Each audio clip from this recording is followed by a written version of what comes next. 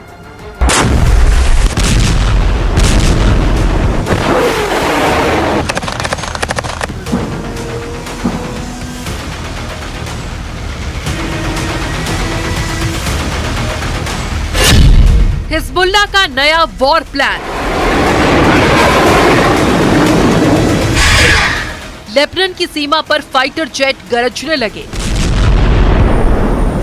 Lebanon की सीमा के पास rocket से हमला दिखा। दावा किया गया कि लेबनान के रॉकेट के हमलों के जवाब में इजराइल ने हिजबुल्लाह के कई ठिकानों को तबाह कर दिया। मतलब हिजबुल्लाह और इजराइल की सेना के बीच ये जंग एक लेवल और ऊपर पहुंच गई है।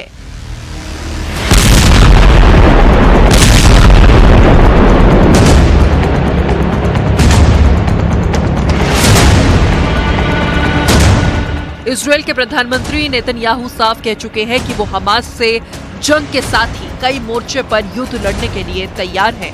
हमास के हर सहयोगियों को मिटाने की चेतावनी दे चुके हैं। नेतन्याहू तो ये तक कह चुके हैं कि हमास के खात्मे तक वो युद्ध जारी रखेंगे, कोई युद्ध विराम नहीं होगा और न ही हमास पर हमले रुकेंगे। בעניין החטופים, ההנחיה שלי ושל הקבינט היא ברורה.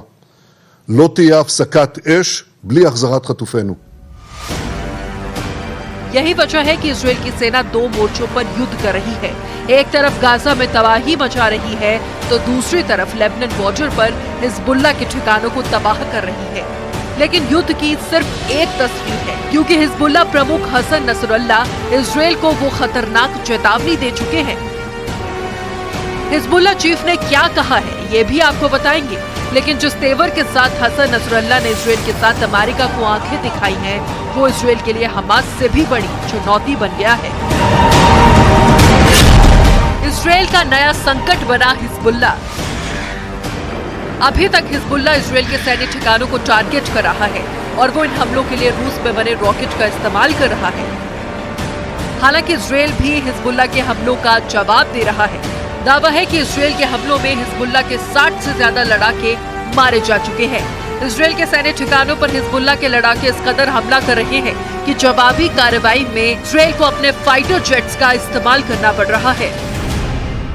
इजराइल और हिजबुल्लाह एक दूसरे पर हमला कर रहे हैं और बड़ी हानि का दावा दोनों पक्षों की तरफ से किया जाता है, जो कि अभी भी लगातार जंग का मैदान बना हुआ है। ये जो जंग है लगातार इसका स्तर बढ़ता जा रहा है, एस्केलेट जो जंग है वो हो रही है, क्योंकि कल भी हिजबुल्लाह ने ड्रोन अटैक किया, उसकी बाकायदा वीडियो जारी की गई और इजराइल भी लगातार एयरक्राफ्ट का इस्तेमाल कर रहा है और एयर स्ट्राइक हिजबुल्लाह के ठिकानों पर कर रहा है। तो ये जंग थमने का नाम नहीं ले रही है और वहीं इजराइल गाज़ा में लगातार ऑपरेशन चला रहा है और वहां पर भी हमास के जो लड़ाके हैं वो चुनौती दे रहे हैं और यहाँ इस फ्रंट पर हिजबुल्लाह इजराइल के लिए बड़ी चुनौती बना हुआ है।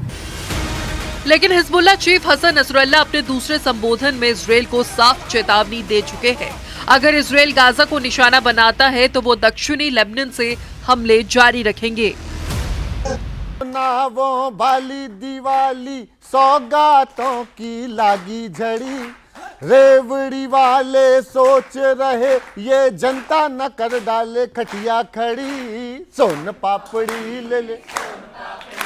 हम उनको लाएंगे जो राम को लाएंगे। हुई रोशन सभी गलियां मेरे श्री राम आए। Happy Diwali.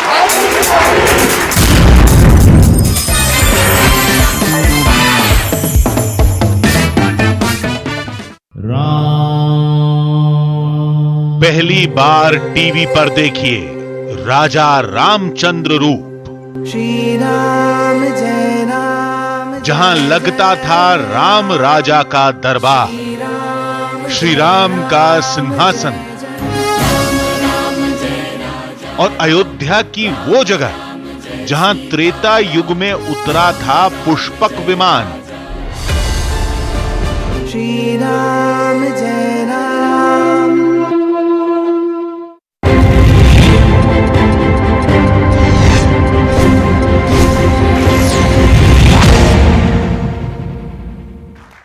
Welcome back viewers, आप देख रहे हैं ये देश है हमारा का दिवाली एडिशन। मैं आपको सुना रहा हूं एक भजन गायक कन्हैया मित्तल ने क्या कहा राम मंदिर के बारे में, और मुझे लगता है वो हर देशवासी को आज सुनना चाहिए, रिकॉर्ड का बटन ऑन करना चाहिए और यहां पर जो व्यूअर्स बैठे हैं उनकी भी मैं राय लूंगा और मेरे को पूरी उम्मीद है कि आप लोग शालीनता से इस चर्चा को आगे बढ़ाएंगे जो सबसे महत्वपूर्ण है। आइए सुनते हैं कन्हैया मित्तल ने ऐसी क्या बात बोली है जो आपको सुननी चाहिए। समझना पड़ेगा इस बात को, 500 साल तक राम तंबू में थे, किसी का दिल नहीं दुखा, किसी का दिल नहीं दुखा। एक बच्चा की शादी को 10 साल हो जाए, उसकी धर्मपत्नी भी पूछने लग जाती है हमारा खुद का मकान कब होगा, कब तक किराए के मकान पे रहेंगे, मेरी रसोई कहाँ है, तुम्हारे छोटे भाई का कमरा कहाँ है। वो सीता भी रोज राम को पूछती होगी कि राम देश हमारा है, अयोध्या हमारी है, मगर हमारा महल कहाँ है, हमारा महल कहाँ है। सीता कहती होगी कि राम त्रेता में तो हनुमान था, उसने हमारा राज्याभिषेक करवा दिया, क्या इस कलयुग में कोई आएगा जो हमारा राज्याभिषेक कराएगा। तब राम कहते होंगे सीता चिंता मत कर, गुजरात से नरेंद्र मोदी आ रहा है जो हमारा कराएगा। आप लोग युवा पीढ़ी के हैं, आपको क्या लगता है राम मंदिर बनने के मायने क्या है? सर, राम मंदिर एक तो पहली बात बनना चाहिए, बन चुका है, क्योंकि वहाँ पर वह हमारी राम जी की भूमि है। और विवेक श्रीवास्तव जी कह रहे थे कि बाबरी मस्जिद का विवादित जो ढांचा था वह तोड़ दिया गया, वहाँ पे पहले मंदिर था, उसके सबूत हैं। आपको वह बाबरी मस्जिद जो टूटी उसके बारे में पता है, उसके मंदिर के बारे में नहीं पता। जी मैं आपको मौका दूंगा, आप और किसी का कोई पॉइंट कोई अपनी बात रखना चाहते हैं? सर, मैं ये कहना चाहता हूँ जैसे चाइना की लाइटों को छोड़ के हर घर में दिए जलने चाहिए और राम लला के मंदिर के लिए हम बहुत उत्सुक है और बीजेपी पार्टी को हमारा बहुत बहुत धन्यवाद। जी आप कह रहे हैं कि चाइना का सामान छोड़ के वोकल फॉर लोकल होना चाहिए, तो आप सब भी वोकल फॉर लोकल है? तो घर में भारत का सामान लेकर आ रहे हैं? चलिए, वोकल फॉर लोकल कौन कौन है, कौन कौन अपने घर में कौन कौन सी चीज लेकर आया है, बताए।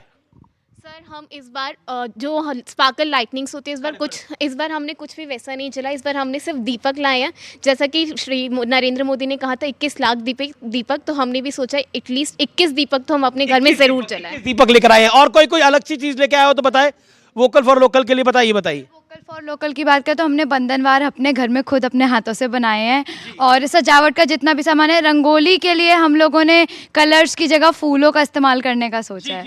सर ये विवेक, अभी आपने सुना, विवेक जी को छोड़िए, आप अपनी बात को बोलिए। सर मैं ये कहना चाहूँ कि जब दीप जलाने से अंधेरा दूर होता है तो आप भी दीप जला ही लीजिए, क्या दिक्कत? दीप जलाने से अंधेरा दूर होता है, कर लीजिए। मैं आपकी बात आता हूँ महंत जी, मैं आ रहा हूँ आपकी बात। महंत जी, जो बात कन्हैया मित्तल यहाँ पर कह रहे थे, इस बात को अगर आप सिद्धांतिक रूप से देखेंगे तो शायद इसके कोई मायने नहीं है, लेकिन तार्किक रूप से अगर आप इसको समझने की कोशिश करेंगे तो कन्हैया मित्तल ने एक बहुत बड़ा संदेश दिया। कोई सामान्य घर होता है, यहां पर भी बड़े सारे लोग होंगे, वो कहते हैं, अपना माँ बाप कहते हैं कि बेटा अब तुम कमाने लग गए हो, अपना घर बना लो, ब्याह हो गया है, अपना घर बना लो, अपनी रसोई सजा लो, ये सब कर लो। लेकिन शायद ये किसी ने सोचा नहीं, किसी को आभास नहीं था। हम सब बड़े घर में रहते हैं, हम सब अच्छे घरों में रहते हैं, अपना काम करते हैं, लेकिन रामलला को अपना मकान, अपना महल, अपना मंदिर अब मिलेगा। मान्यवर, ऐसा है, हमने कहा कि जब से हमारा मंदिर टूटा था 1528 से निरंतर हम युद्ध करते रहे, लड़ते रहे, पर क्या है कि स्वतंत्रता के बाद इस देश में दुर्भाग्य से हिंदुत्व की बात करना, हिंदुत्व को एकत्र करना, एक ऐसा मानने लगे थे कि ये चिमटा से छुओ मत, विशेषकर राजनीतिक लोग, कॉम्युनल हो जाए। हाँ, विशेषकर राजनीतिक लोग डरते थे, लोग निरंतर समाज को, विष्णु प्रसाद ने पूरे समाज को एकजुट किया, और गांव-गांव हम गए, सलाह लेकर के गए, राम ज्योति लेकर के गए कि भाई राम हमारे आराध्य हैं, राम हमारी अस्मिता है, राम के बिना राष्ट्र का निर्माण संभव नहीं है, विचार परिपक्व संभव नहीं है, बिना रामत्व के हमारी न गति न मति कुछ प्राप्त हो ही नहीं सकती है। और लोगों ने इस बात को समझा। हमने कभी भी किसी संविधान का दुरुपयोग नहीं किया, किसी को कभी किसी आस्था का आघात नहीं पहुंचाया, हमने केवल समाज को जागृत किया और प्रेरित किया। उस प्रेरित का परिणाम है हिंदू जागृत हुआ, भव्य मंदिर का निर्माण हो रहा है। और उन्होंने कहा है कि कोई भी पत्नी पूछती तो होगी जब उसका छत से पानी टपकता होगा कि हमारा घर कोई पक्का नहीं होगा, ये छप्पर नया नहीं होगा। उन्होंने जो कहा है बिल्कुल मार्मिक कहा है और हमको संदेश दिया है कि हमें स्वाभिमान के प्रतीक के साथ जुड़ना चाहिए। इसलिए मैं नौजवानों को कहूंगा, आइए जनवरी में भगवान की प्राण प्रतिष्ठा समारोह में हम भी जाकर के कुछ सेवा कर पाए, भगवान के राम के कार्य पर आइए। ठीक है, अब आदर करते हैं सर, अब आप शांत रहिए ना उनकी। आइए अयोध्या और समारोह में सम्मिलित हो जाइए। पक्का आपके पास आऊंगा उसके बाद। मैं आपके पास आता हूं, जो संदेश दिया गया उसके कोई बहुत बड़े मायने ना हो, लेकिन एक बात तो सत्य है कि गुजरात से नरेंद्र मोदी आया और उसी नरेंद्र मोदी के शासनकाल में यह मंदिर बनके तैयार हो रहा है।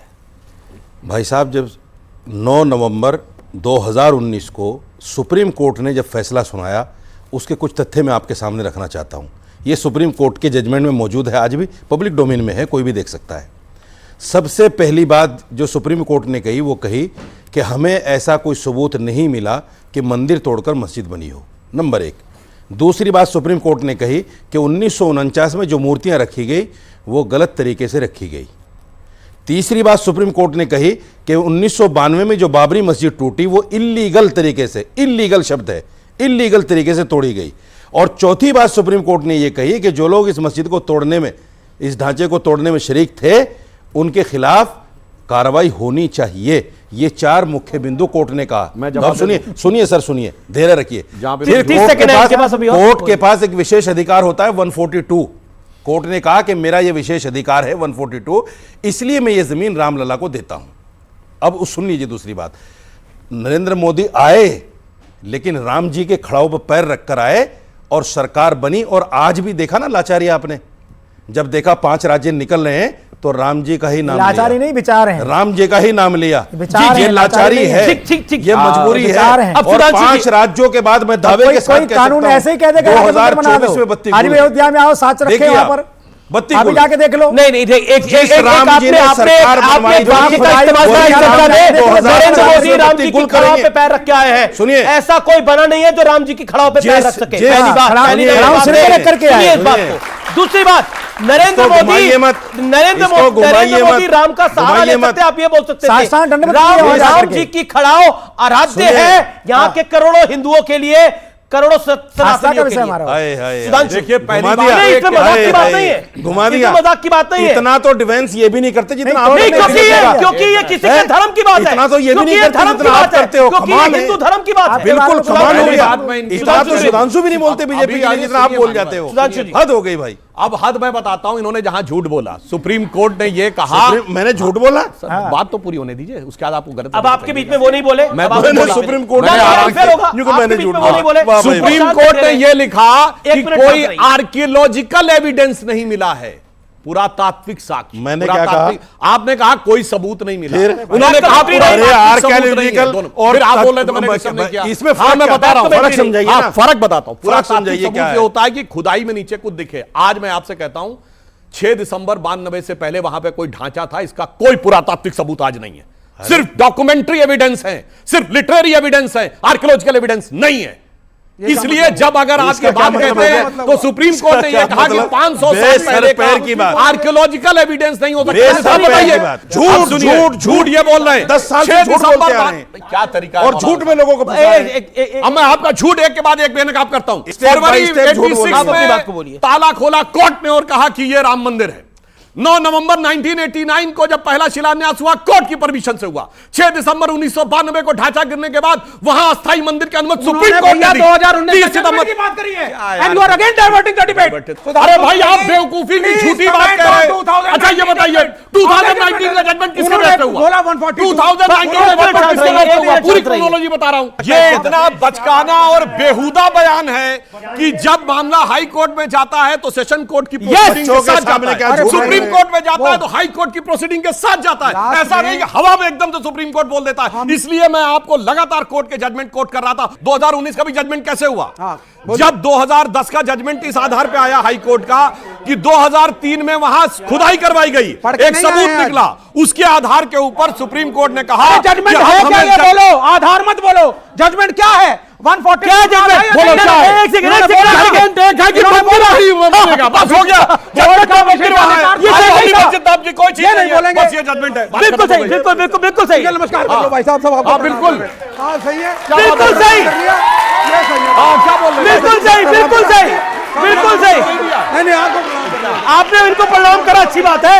एक सेकंड, लेकिन देखिए बार बार बोला गया, वो बार बार बोला गया जजमेंट क्या है, जजमेंट क्या है। सुधांशु त्रिवेदी ने एक लाइन में जवाब दिया, एक लाइन में जवाब दिया, जजमेंट यही है कि रामलला विराजमान अयोध्या में थे, हैं और रहेंगे। ये है जजमेंट, खत्म, इसके अलावा कुछ नहीं है जजमेंट। अब कौन कहां था, कौन किसने मस्जिद बनवाई, बाबर कहां से आया, बाबर कौन था, यह कहानी खत्म हो गई। अब 2024 से नया अध्याय इस देश में शुरू होता है और वो अध्याय है रामलला का मंदिर। और अब किसी को टेसुओं बहाने हैं, आंसू बहाने हैं, बहाता रहे, लेकिन रामलला विराजमान हो गए हैं और अगले 100, 200, हजारों सालों तक वहां पर रामलला ही विराजमान रहेंगे, क्योंकि सत्य के तथ्य बड़े मजबूत होते हैं। चाहे झूठ कितना भी बड़ा हो, लेकिन सत्य को डिगा नहीं सकता। यही है रामलला का मंदिर, सीधी सी बात यह है। बस इसके आगे, क्योंकि बार बार जजमेंट क्या है, जजमेंट क्या है, विषय वो नहीं है। अब अच्छा बाबर का ढांचा खत्म हुआ, रघुवर का मंदिर खड़ा हुआ। बाबर का ढांचा खत्म हुआ, रघुवर का मंदिर खड़ा हुआ। जी, जिस ढांचे को, जिस बाबरी मस्जिद को बाबर के सेनापति मीर बाकी ने बनवाया, ये इतिहास में है। और उसके बाद कई हिंदू राजाओं ने उसको छुड़ाने के लिए कई बार आक्रमण किए कि हम अपनी उस मंदिर को वापस ऊपर लेके आ सकें, लेकिन उन्होंने अपनी कुर्बानियां दी, नहीं कर पाए। और जिस ढांचे को बाला साहब ठाकरे ने जब गिरवाया, और इसका बकायदा सिर्फ एक ही शख्स है इस देश के अंदर, इस दुनिया के अंदर, जिसने कहा कि वो ढांचा हमने गिराया था। बयान उद्धव ठाकरे से दिलवा दो, और उसके बाद ये बयान उद्धव ठाकरे से दिलवा दो आप। उसके बाद अरे आपके सामने दे रहे हैं उनके प्रवक्ता, दे तो रहा हूं, नेशनल चैनल पे दे रहा हूं, नेशनल चैनल पे दे रहा हूं। और क्या कोई मैं कोई गुफा में दे रहा हूं क्या? कौन जानता है? मैं किसी गुफा में नहीं दे रहा, प्रवक्ता है, छोड़ो, मैं किसी गुफा में नहीं दे रहा, प्रवक्ता नेशनल चैनल पे बैठ के दे रहा हूं। उद्धव ठाकरे से दिलवा दो, उद्धव ठाकरे से बयान दिलवा दो। ढांचा ही नहीं था, गिराने की बात तो आप बाला साहब ने किया, तो के बाद में प्रवक्ताशिप से बाहर हैं। इस विषय में कोई देख लीजिए, अरे ये नहीं पूछा गया। मतलब आप तो ऐसा कह रहे हैं, आप तो ऐसा बात कर रहे हैं कि आपकी डायरेक्ट उद्धव जी से बात हो रही है। हाँ बिल्कुल निकाल देंगे, आप लिख लो मेरी बात, अगर इनको ना निकाल दिया गया तो बोलना। ऐसा नहीं है, ये सच्चाई है कि बाल ठाकरे जी ने किया, पर मेरा क्वेश्चन यह भी है कि आपने बाल ठाकरे जी ने क्यों बीजेपी को छोड़ दिया? इतने अच्छे अगर आपका गठबंधन था, उद्धव ठाकरे जी ने क्यों छोड़ दिया? बाला साहब ठाकरे और शिवसेना एक ऐसी पॉलिटिकल पार्टी है जिसने 25 से 30 साल सत्ता के साथ समझौता किया और ये चाह के बीजेपी केंद्र में शासन में आए। सिर्फ एक महाराष्ट्र ही था जिसको बाला साहब हमेशा ये चाहते थे कि हमारा मुख्यमंत्री हो। 2.5 साल के लिए मुख्यमंत्री उन्होंने उस आदमी को नहीं, उस व्यक्ति को, उस परिवार को नहीं दिया जिन्होंने केंद्र में इनकी सरकार बनाई।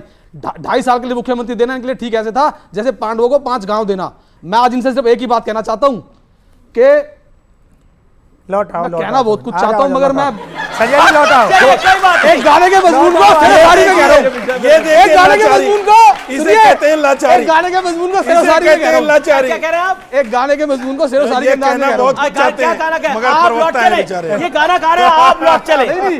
वाह भाई, आज तो कमाल कर दिया आपने। कि मैं भूल जाऊं तुम्हें अब यही मुनासिब है, मगर भुलाना भी चाहूं तो किस तरह भूलूं कि तुम तो फिर भी हकीकत तो कोई ख्वाब नहीं जी। यहाँ तो दिल का ये आलम है कि क्या कहें तुमसे, भुला सका ना मैं वो सिलसिला भी जो था ही नहीं, वो एक ख्याल जो आवाज तक गया ही नहीं, वो एक रब जो तुम में हम में कभी रहा ही नहीं, मुझे याद वो सब भी जो कभी हुआ ही नहीं। अगर ये हाल है दिल का तो तुम मुझे बतलाओ कैसे उद्धव जी फोन उठाए और तुम्हें बतलाएं बीजेपी को कि तुम कितने हमारे अपने हो। सर ये इंडिया गठबंधन का तो आज काम खराब हो गया, आप लोगों का बहुत दिक्कत हो गई है। सुधांशु जी, मतलब मुझे नहीं लगता, देखिए हमारे देश में तो ये बसते हैं, आपका क्या लेना देना को मानने वाली दो पार्टियां हैं, बीजेपी और शिवसेना, और तीसरा है कौन? आप देखिए, अब कोई नहीं है तीसरा। अब मतलब इनडायरेक्टली डायरेक्टली उद्धव ठाकरे की पार्टी के नेता कह रहे हैं कि हमें अपने साथ अब आप ले लीजिए। नहीं ले लीजिए नहीं कह रहा हूं मैं, मैंने नहीं कहा ले लीजिए। क्या कह रहे हैं? मैं ये नहीं कह रहा हूं ले लीजिए, मैं तो ये कह रहा हूं कि वो भाई, मैं तो ये कह रहा हूं कि वो भाई जिसने 25 साल चाहते हो, जिसने एक मिनट रुकिए, आपका काम नहीं है, आप पीछे बिना बात बताइए। मैं तो ये कह रहा हूं कि जिस बाला साहब ने, क्या चाहते हो भाई जी, सुनिए आप दे रहा हूं, आप बीच में बताइए। मैं तो ये कह रहा हूं कि जिस बाला साहब ने और ठाकरे परिवार ने और शिवसेना ने 25 से 30 साल सत्ता के साथ समझौता किया, उनको आपको 2.5 साल के लिए मुख्यमंत्री दे देना चाहिए। बन तो गए 2.5 साल, अब बताइए। अब तो 5 साल बने, लेकिन आपके समर्थन से तो नहीं बने। देखिए, बाला साहब ठाकरे जी का ही यह समझौता था जब हम 117 और ये 167 लड़ते थे कि जिसकी ज्यादा संख्या होगी वही मुख्यमंत्री बनेगा। ये बाला साहब ठाकरे जी के समय का था, जबकि हम कम लड़ते थे, हमारी इनसे दुगनी सीटें थी, ऐसा कहीं पर वो नहीं था। चलो कोई बात नहीं, क्या राम आज का विषय, राम के नाम पर आप लोग, राम के नाम पर मैं कहना चाहता हूं, भगवान राम के लिए, राम राज्य के लिए रामचरितमानस में एक चौपाई है कि बैर न कर काहू संग कोई, राम प्रताप विषमता खोई। किसी से कोई बैर नहीं है और राम के प्रताप से विषमता भी समता में बदलती हुई दिखाई पड़ रही है। इसके लिए मैं मानूंगा ये भी राम का ही प्रताप है। और इधर आप देख रहे हैं जिन लोगों ने, अब सुनिए, जिन लोगों ने सुधांशु जी को गले लगाना चाहता हूं, सुनिए, जिन लोगों ने, सुनिए, क्योंकि हमारा तो मुद्दा जी को पता होगा, डिबेट खत्म होने से पहले इस्तीफा लेना चाहते हो शांति से। जी। रावण युद्ध में परास्त हो गया था तो उसके लिए भी कहा गया है, जगत विदित तुमरी प्रभुताई, सुत परिजन बल बरन न जाई। क्या तुम्हारा स्टेटस था और तुम्हारे खानदान का क्या स्टेटस था, परंतु राम विमुख असहाल तुम्हारा, रहा न को कुल तारन हारा। ये 0 सीट पे आ गए, वो 1 सीट पे उत्तर प्रदेश में आ गए, क्योंकि इस देश में सदैव से कहा गया है, जो मीराबाई को तुलसीदास जी ने लिख के दिया था, जाके प्रिय न राम वैदेही तजिए ताहि कोटि बैरी सम यद्यपि परम सने। बहुत शुक्रिया आप तमाम लोगों का हमारे साथ जुड़ने के लिए। तो आज के इस खास एडिशन में, आज के इस बेहद खास एडिशन में, यह दिवाली राम मंदिर वाली अयोध्या भी सजा दी है। फिलहाल इतना ही, आज के इस कार्यक्रम में इतना ही। आप सबको मेरा राम राम, नमस्कार, जय हिंद और वंदे मातरम।